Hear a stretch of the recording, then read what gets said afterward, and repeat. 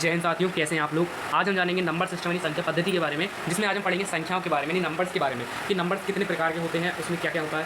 ठीक है दोस्तों, तो आज हम जानेंगे पूरी तरीके से, बेसिक्स आपके क्लियर हो जाएंगे। बस वीडियो को कंप्लीट देखिएगा एंड तक, और चैनल पर नया है तो उसको सब्सक्राइब करना ना भूलिएगा, क्योंकि ऐसे ही धुआंधार मैथ की ट्रिक्स और कंसेप्ट आपके लिए पहुंचते रहेंगे आपके पास। तो चैनल को सब्सक्राइब करना ना भूलिएगा, वीडियो को लाइक भी कर दीजिएगा दोस्तों। तो दोस्तों चलिए आज हम शुरू करने वाले हैं संख्या पद्धति नंबर सिस्टम के बारे में। कई लोगों को इसमें डाउट रहता है, लेकिन आज के बाद वो डाउट आपका गायब हो जाएगा, खत्म हो जाएगा, कभी भी आपको डाउट नहीं आने वाला। तो चलिए शुरू करने वाले हैं दोस्तों। सबसे पहले हम संख्या पद्धति में जानेंगे संख्याओं के प्रकार के बारे में। तो दोस्तों संख्याएं वैसे अगर हम बड़े लेवल पर पढ़ते हैं तो दो प्रकार की होती है, एक होती है वास्तविक संख्या और एक होती है काल्पनिक संख्याएं। लेकिन दोस्तों वास्तविक संख्याओं के भी कुछ प्रकार होते हैं और काल्पनिक संख्याओं के भी कुछ प्रकार होते हैं। मतलब वास्तविक संख्याएं जिन्हें हम कहते हैं रियल नंबर्स, और काल्पनिक संख्याएं जिन्हें हम कहते हैं इमेजिनरी नंबर्स। तो दोस्तों वास्तविक संख्याएं भी 10 प्रकार की होती हैं। जी हाँ दोस्तों, इसमें हम पढ़ते हैं, बचपन में पढ़ते हैं हम नेचुरल नंबर, प्राकृत संख्या, पूर्ण संख्या, पूर्णांक संख्या, सम, विषम, इस प्रकार की जो सभी संख्याएं ये वास्तविक संख्या के अंतर्गत आती हैं। और काल्पनिक संख्याएं ये वाली होती हैं। दोस्तों काल्पनिक संख्या का पूरा चैप्टर होता है क्लास 11 के अंदर, जिसे बोलते हैं कॉम्प्लेक्स नंबर, इमेजिनरी नंबर, जिसमें हम पढ़ते हैं क्लास 11 के अंदर। लेकिन हम छोटी क्लासेस में मेन जो है इन संख्याओं को पढ़ते हैं, ये जो सारी संख्याएं हैं। तो आज हम इनके बारे में चर्चा करेंगे। तो दोस्तों सभी वास्तविक संख्याओं रियल नंबर्स के बारे में आज हम पढ़ने वाले हैं। तो चलिए शुरू करते हैं आज का टॉपिक। तो दोस्तों सबसे पहले हम जानेंगे नेचुरल नंबर्स यानी प्राकृत संख्या के बारे में। दोस्तों क्या होती है प्राकृत संख्या, आज ही हम जानते हैं। दोस्तों ऐसी संख्याएं जो 1 से शुरू होती हैं, 1, 2, 3, 4, 5, इस प्रकार से जो बचपन से पढ़ते आते हैं और ये जाती हैं अनंत तक, इनफाइनाइट, मतलब बहुत आगे तक चलती हैं ये। तो वो संख्याएं जो 1 से शुरू होती हैं वो सभी प्राकृत संख्या कहलाती हैं। तो जो हम बचपन में पढ़ते हैं 1 से गिनती, वो सभी प्राकृत संख्याएं होती हैं और ये एंड तक खत्म नहीं होती, क्योंकि ये अनंत तक जाती है, इनफाइनाइट तक चलती जाती है। तो दोस्तों प्राकृत संख्या नेचुरल नंबर वो होते हैं जो 1 से शुरू होते हैं, आप सब जानते हैं। लेकिन इसके बाद कुछ और भी नंबर आते हैं, जैसे इसके बाद हम पढ़ते हैं पूर्ण संख्या यानी होल नंबर। दोस्तों तो 1 से शुरू होने वाली सभी संख्याएं प्राकृत संख्या यानी नेचुरल नंबर्स कहलाती हैं। ये बस इसका कंसेप्ट होता है कि 1 से शुरू होने वाली सभी संख्याएं, इसकी डेफिनेशन होती है कि 1 से शुरू होने वाली सभी संख्याएं नेचुरल नंबर की प्राकृत संख्याएं कहलाती हैं। अब हम चलते हैं, पढ़ते हैं पूर्ण संख्या के बारे में। तो दोस्तों प्राकृत संख्याओं के बाद जानने के बारे में अब हम जानेंगे पूर्ण संख्या यानी होल नंबर्स के बारे में। तो दोस्तों होल नंबर वो होते हैं जो 0 से यानी कि 0 से स्टार्ट होते हैं और 1, 2, 3, 4, 5, 6 इस प्रकार से आगे चलते जाते हैं। तो दोस्तों 0 से शुरू होने वाले सभी नंबर पूर्ण संख्या यानी होल नंबर्स कहलाते हैं, और 1 से शुरू होने वाली सभी संख्याएं प्राकृत संख्या यानी नेचुरल नंबर कहलाती हैं। तो दोस्तों एक क्वेश्चन भी बनता है यहाँ से ऑब्जेक्टिव कि क्या सभी प्राकृत संख्याएं, सभी नेचुरल नंबर पूर्ण संख्याएं होती हैं। तो दोस्तों बिल्कुल होती है, क्योंकि देखिए आप देख सकते हैं कि सभी जो प्राकृत संख्याएं 1, 2, 3, 4, 5 ये पूर्ण संख्या में आ रही हैं। तो ये सभी जो है पूर्ण संख्याएं भी होती है। लेकिन क्या एक क्वेश्चन और पूछा जाता है कि सभी पूर्ण संख्याएं क्या प्राकृत संख्या होती है? तो ऐसा नहीं है दोस्तों, क्योंकि पूर्ण संख्या में 0 भी आता है, जबकि प्राकृत संख्या में 0 छोड़ के बाकी सब कुछ आता है। तो पूर्ण संख्या में 0 भी होना आता है, तो यहाँ 0 होना जरूरी है अगर ये भी पूर्ण संख्या है, प्राकृत संख्या है। तो ऐसा नहीं है, पूर्ण संख्या प्राकृत संख्या नहीं होती है, क्योंकि उनमें 0 नहीं आता। जब होल नंबर यानी पूर्ण संख्या के अंदर सारी प्राकृत संख्याएं आ सकती हैं, जबकि प्राकृत संख्या के अंदर सभी होल नंबर यानी पूर्ण संख्याएं नहीं आती हैं। तो दोस्तों अब हम चलते हैं अपने अगले टैग के अंदर।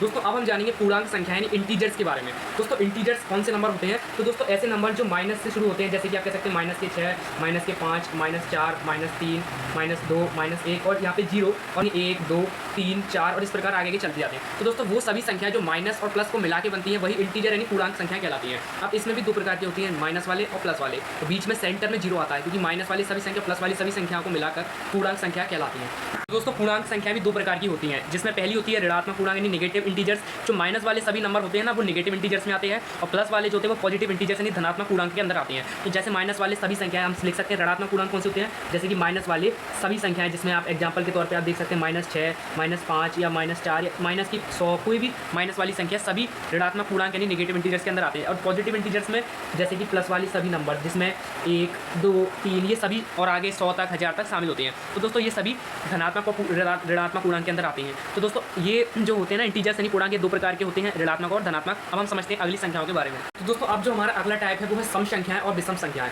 मतलब इवन नंबर्स और ऑड नंबर्स। तो दोस्तों इवन नंबर कौन से होते हैं? तो दोस्तों ऐसी संख्याएं जो 2 से कंप्लीट डिवाइड हो जाती है, 2 से कंप्लीट डिवाइड हो जाती हैं, वो इवन नंबर यानी कि सम संख्या कहलाती है। जैसे दोस्तों एग्जांपल के थ्रू अगर मैं आपको बताता हूँ, तो 2 से जैसे कि आप कह सकते हैं 4, 6, 8, 10, 12, 14, 16 और इस प्रकार से आगे दो भी एक सम संख्या होती है, इवन नंबर होती है, क्योंकि अगर आप इन सभी संख्याओं को 2 से भाग देते हैं, 2 से डिवाइड देते हैं, तो रिमाइंडर 0 आना चाहिए। जैसे मान लो इनमें से मैं एक संख्या लेता हूँ 8, अगर मैं 8 को भाग दूंगा तो ये 4 बार जाएगा 2 से, और रिमाइंडर इन शेष पर जो है वो 0 आ जाएगा। तो दोस्तों ऐसी संख्याएं जो 2 से डिवाइड हो जाती हैं वो सम संख्या यानी कि इवन नंबर कहलाती है, और डिवाइड होने पर या रिमाइंडर ये जो है वो 0 ही होना चाहिए, ठीक है, ऑलवेज 0 होना चाहिए, तब जाके वो इवन नंबर होगी। तो 2 से डिवाइड होने वाली सभी संख्याएं इवन नंबर होती हैं, यहाँ तक कि 0 भी एक इवन नंबर होता है, ठीक है। अब हम चलते हैं आगे, देखते हैं विषम संख्या यानी कि ऑड नंबर्स के बारे में। तो दोस्तों ऑड नंबर्स ऐसे होते हैं, इनके जस्ट अपोजिट होते हैं, मतलब ऑड नंबर्स ऐसी संख्या होती है, विषम संख्या ऐसी संख्या होती है जो 2 से डिवाइड नहीं हो। जैसे कि आप कह सकते हैं एग्जांपल के तौर पे इसके उल्टा यानी कि 3, 5, 7, 9, 11, 13, 15, 17 इस प्रकार से आगे आगे जाती है। तो दोस्तों अगर आप चेक करें, देखो क्या ये संख्या 3 से 2 से डिवाइड होंगी? बिल्कुल नहीं होगी। अगर आप इसको 2 से डिवाइड देंगे तो रिमाइंडर में कुछ ना कुछ दशमलव में आ गया। जैसे मैंने 5 को भाग देने की कोशिश की 2 से हमेशा हमें चेक करना है कि क्या इवन है या ऑड है। तो उसमें कंडीशन रहती है 2 से डिवाइड करके। अगर रिमाइंडर 0 आ रहा है, जैसे यहाँ पे 0 आ रहा था, तो वो सम संख्या हो जाती है। लेकिन अगर रिमाइंडर 0 नहीं आ रहा है, कुछ ना कुछ दशमलव या पॉइंट में आ जा रहा है, तो वो विषम संख्या होती है, मतलब ऑड नंबर होती है। जैसे 5 को मैं डिवाइड दूँ तो 2 बार ये जाएगा 4 और यहाँ पे 1 बन जाएगा रिमाइंडर में। तो रिमाइंडर में 0 नहीं आया, तो ये इवन नंबर नहीं है। इसीलिए 3, 5, 7, 9, 11, 13 इस प्रकार की संख्याएं ऑड नंबर होती हैं, इवन नंबर नहीं होती। क्योंकि इवन नंबर वो संख्या होती है या सम संख्या वे संख्या होती है जो 2 से कंप्लीटली डिवाइड हो जाती है, जो 2 से पूर्णतः विभाजित हो जाती है। जबकि विषम संख्या इसकी उल्टी होती है, जो 2 से डिवाइड नहीं होती। अब हम जानते हैं आगे के बारे में, अपनी अगली संख्या के बारे में।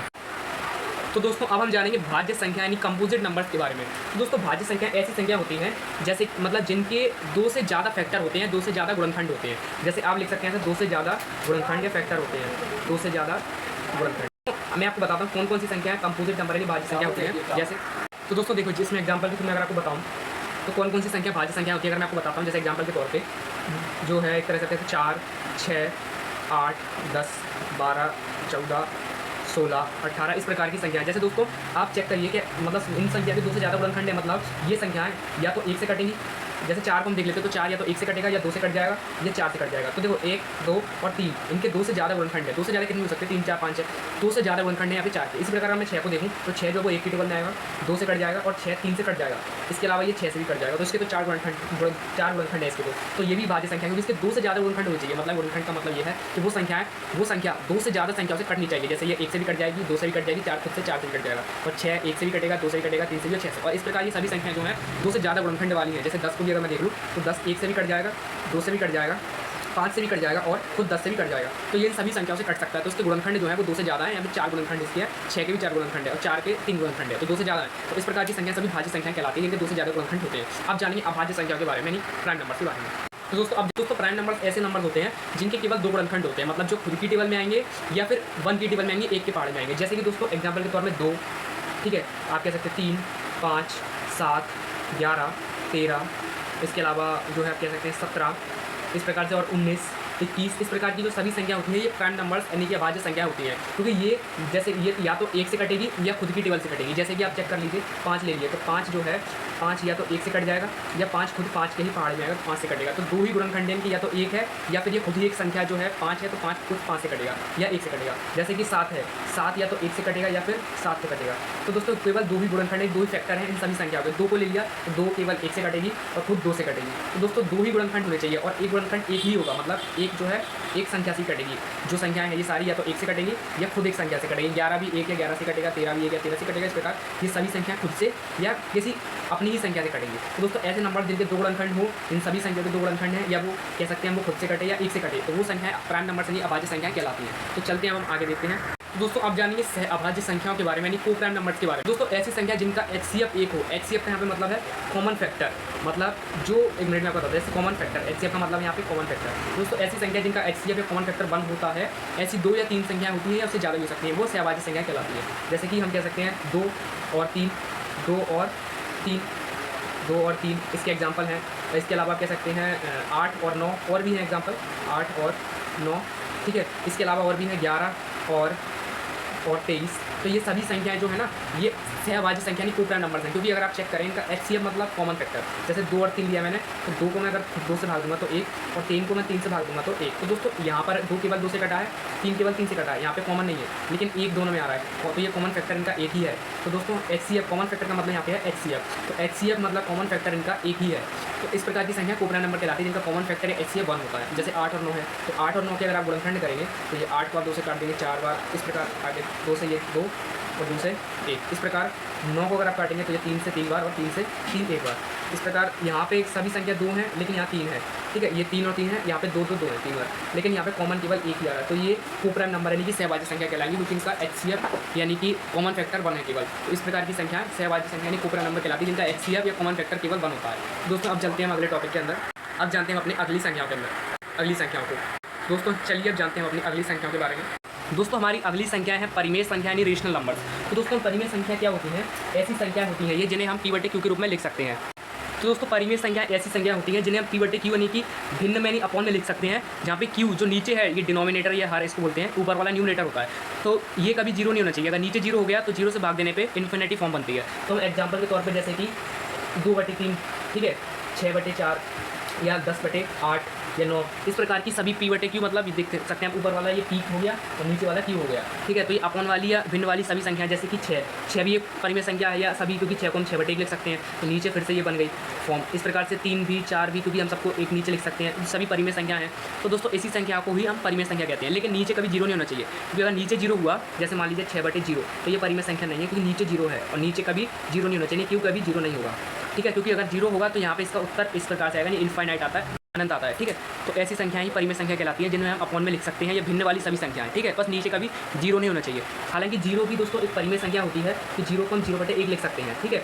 तो ये भी एक परिमेय संख्या है, लेकिन नीचे जीरो नहीं होना चाहिए, ऊपर हो सकता है, ठीक है दोस्तों। अब हम जानेंगे अगली संख्याओं के बारे में, जो है अपरिमेय संख्याएं। दोस्तों अब हमारी आखिरी प्रकार है जो संख्याओं का, वो है अपरिमेय संख्याएं, मतलब इरेशनल नंबर। तो दोस्तों इरेशनल नंबर जो है परिमेय संख्या इरेशनल नंबर के अपोजिट होते हैं, उल्टे होते हैं। तो इसकी डेफिनेशन क्या है? ऐसी संख्याएं जिन्हें p/q के रूप में नहीं लिखा जा सकता, जहां q = नॉट जीरो, वे अपरिमेय संख्या कहलाती हैं। तो दोस्तों जो परिमेय संख्या थी उन्हें हम भिन्न में लिख सकते थे, मतलब अपॉन में लिख सकते थे, तो इन्हें हम अपॉन में नहीं लिख सकते हैं, ठीक है। जैसे कि √2, √3, ठीक है, रूट में 7 या रूट में आप कह सकते हैं 11, इस प्रकार की सभी संख्या, या पाई, इस प्रकार की सभी संख्याएं जो होती हैं ना, वो अपरिमेय संख्या के अंतर्गत आती हैं। क्योंकि अगर आप, ठीक है, क्योंकि इन्हें हम जो है p/q यानी कि भिन्न के रूप में नहीं लिख सकते हैं, ठीक है। तो ये अपरिमेय संख्या कहलाती हैं, जिन्हें भिन्न के रूप में नहीं लिखा जा सकता, p/q के रूप में नहीं लिखा जा सकता, वे सभी अपरिमेय संख्या कहलाती हैं। जैसे कि √2, √3, √7, √11, पाई, इस प्रकार के सभी उदाहरण अपरिमेय संख्या के उदाहरण होते हैं। जैसे कि इसमें दोस्तों एक कंसेप्ट होता है कि अगर आप अंडर रूट लेते हैं किसी भी जो है प्राइम नंबर का, यानी अभाज्य संख्या का